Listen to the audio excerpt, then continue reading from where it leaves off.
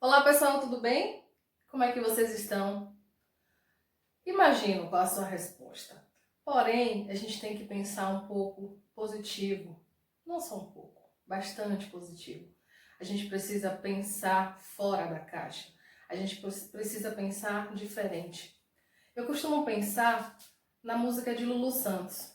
Nada do que foi será de novo do jeito que já foi um dia. Tudo muda o tempo todo no mundo. Olha o que estamos vivendo e realmente é isso que a gente precisa se apegar, que novos dias virão, novas formas de pensar, novos trabalhos, novas amizades, nova forma de relacionar. E isso a gente precisa pensar de forma positiva para que as coisas realmente possam mudar na nossa vida. Te desejo dias melhores, né? Como a outra música, dias melhores virão. Eu tenho certeza disso para você e para mim. Eu sou a Emanuela Menezes, sou administradora, especialista em psicologia organizacional e do trabalho, sou coach de vida e carreira, de empoderamento feminino. Também faço trabalho com desenvolvimento humano de todas as pessoas que você imaginar, de idades diferentes. Sou palestrante, analista comportamental, dinâmicas de grupo, seleção também de pessoas. Trabalho com administração e trabalho com pessoas desde 2008, né, na empresa que eu trabalhava, que fiquei até esse ano, final desse ano. Sou dona de uma empresa de produtos naturais há quase um ano, na cidade aqui onde eu moro, e a gente tentou fazer a diferença com essa empresa. A gente está tendo que se adaptar, óbvio, mas algumas coisas a gente já fazia, então tem sido mais fácil passar por esse momento. Bom, o que a gente vai falar aqui? Vamos falar de saúde mental. Como é que anda a saúde mental sua também, dos seus colaboradores, da sua equipe e das pessoas com quem você trabalha, né? Se você trabalha com outras empresas, você presta serviço, consultoria, como é que está a questão da saúde mental das pessoas que trabalham com você? É nisso que a gente vai focar neste vídeo de hoje, tá bom? Para desenvolver esse projeto, eu conto com a parceria da Marcele Fernandes, uma amiga querida da RHF Talentos, né, que juntas nós vamos poder ajudar diversas empresas e poder mudar e ajudar diversos trabalhadores, centenas de trabalhadores. Porque quando a gente junta diversas mentes, a gente consegue atingir muito mais pessoas e a gente consegue realmente fazer o que a gente tanto desejava, que é ajudar outras pessoas, principalmente na questão da saúde mental. O tema hoje, saúde mental, tem sido um dos mais vistos e mais comentados na internet, nos jornais, principalmente fora do país, porque alguns países eles já estão saindo da fase que estamos aqui no Brasil, então é possível já ver quais são os resultados que a pandemia trouxe na mente de cada pessoa e de cada trabalhador, como as empresas estão lidando com isso. Então a gente se espelhar no que está lá fora para que a gente possa tomar atitudes e não chegue a pontos que chegou lá fora. Como por exemplo, em um artigo que foi publicado essa semana, a quantidade de ligações para o serviço de linha direta, né, do Departamento Emocional dos Estados Unidos subiu para 1000%. Imagine a situação. Então é algo realmente muito preocupante. Por quê? Muitas pessoas ansiosas, angustiadas, sem saber exatamente o que é que vai acontecer comigo. Então as incertezas, que é muito pior do que isso, né? Do que você estar ansiosa, é você não ter certeza de nada. Você fica o quê? Angustiada o tempo todo. E isso não vai gerar bons resultados, nem para a pessoa e nem para a empresa. E a gente tem que estar atento aos nossos colaboradores para que não sigam à frente e eles não tenham realmente problemas muito maiores aí. E aí cause no bolso da empresa, não é isso, gente? Então a gente precisa estar atento.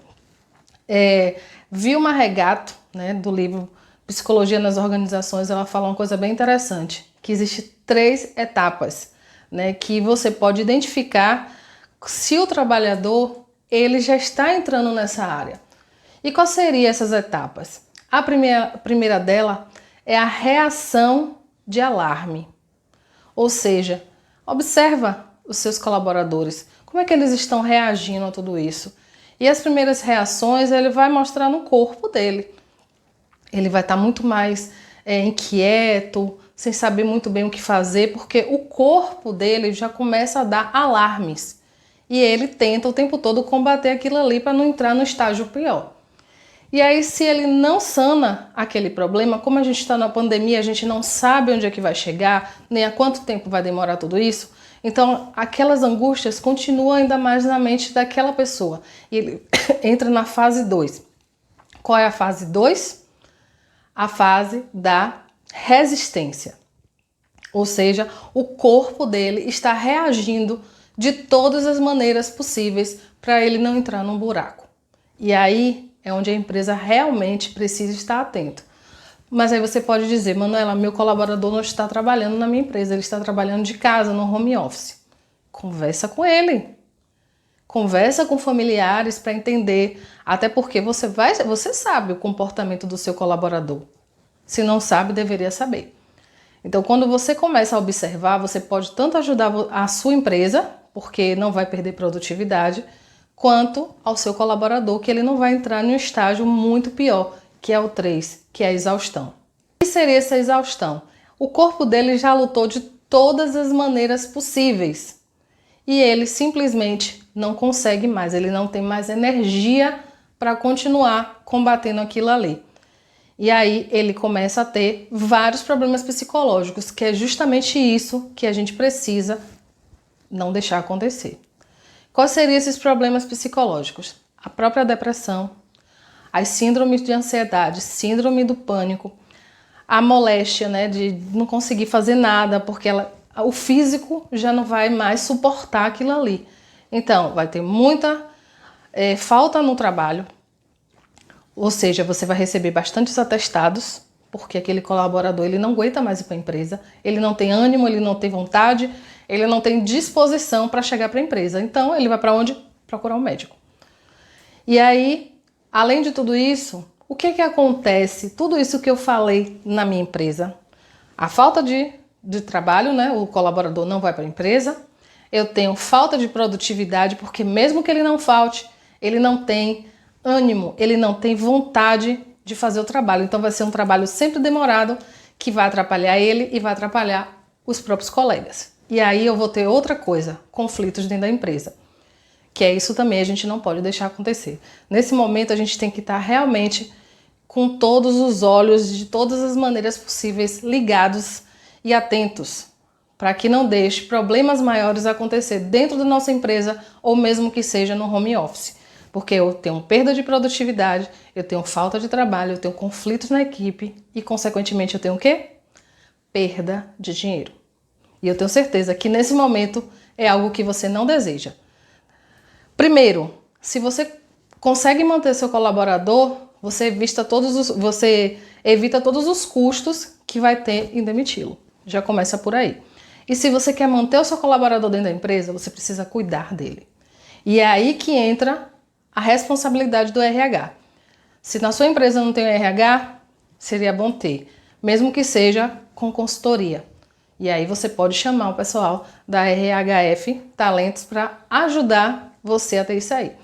E como público também, que eu posso estar falando aqui, seja de donos de empresas da RHF Talentos, o que vocês podem fazer para ajudar? Prestando a consultoria. E aí, quando a gente presta a consultoria, né, junto com a parte do RH ou junto com o líder da empresa, a gente vai criar estratégias para que tudo isso possa mudar. Quais seriam essas estratégias, Manuela? Inteligência emocional. É a principal que a gente precisa agir nesse momento da questão da pandemia e como está o nosso colaborador. É investir na questão da inteligência emocional. Ah, mas a inteligência emocional tem que partir do próprio colaborador? Também. Mas se tiver ajuda, melhor ainda. De que maneira? Daniel Goleman, que é um dos percussores, né, da inteligência emocional, ele sempre disse que quando os sentimentos se cruzam, as reações dentro da empresa vai ficar bem pior. Então vai ser muito complicado você conseguir digerir tudo isso. Ou seja, se você tem gestor ou líder atento com os problemas organizacionais, ele vai estar sempre atento àquele colaborador que pode gerar, né, ou um problema psicológico ou gerar um conflito dentro da empresa por estar passando por problemas psicológicos. Então a gente precisa dessa atenção. Se você tem, no caso, o gestor ou o líder que já tem essa observação em relação ao colaborador, ele sabe exatamente quem é cada um. Se for uma empresa pequena, ótimo, que fica muito mais fácil. Mas quando a empresa é grande, o RH está ali para ajudar e entender, né, exatamente quem são aquelas pessoas. E pensando em tudo isso, eu fiz um projeto chamado Projeto Cuidar. O que seria esse Projeto Cuidar? Que é com a parceria da Marcele e de vocês também, a gente inserir esse projeto dentro dessas organizações. É um projeto que é online. Esse projeto consiste em 6 etapas. Quais seriam essas etapas? Comunicar, unir, integrar, desenvolver, autoconhecer e realizar. Então nós temos 6 etapas que serão feitas através de ferramentas do coach, análise do comportamento, né? As ferramentas, algumas já utilizadas, outras desenvolvidas por mim e utilizadas com as pessoas com quem eu trabalho, que tem surtido bastante efeito. Vamos também trabalhar o trabalho em equipe, né?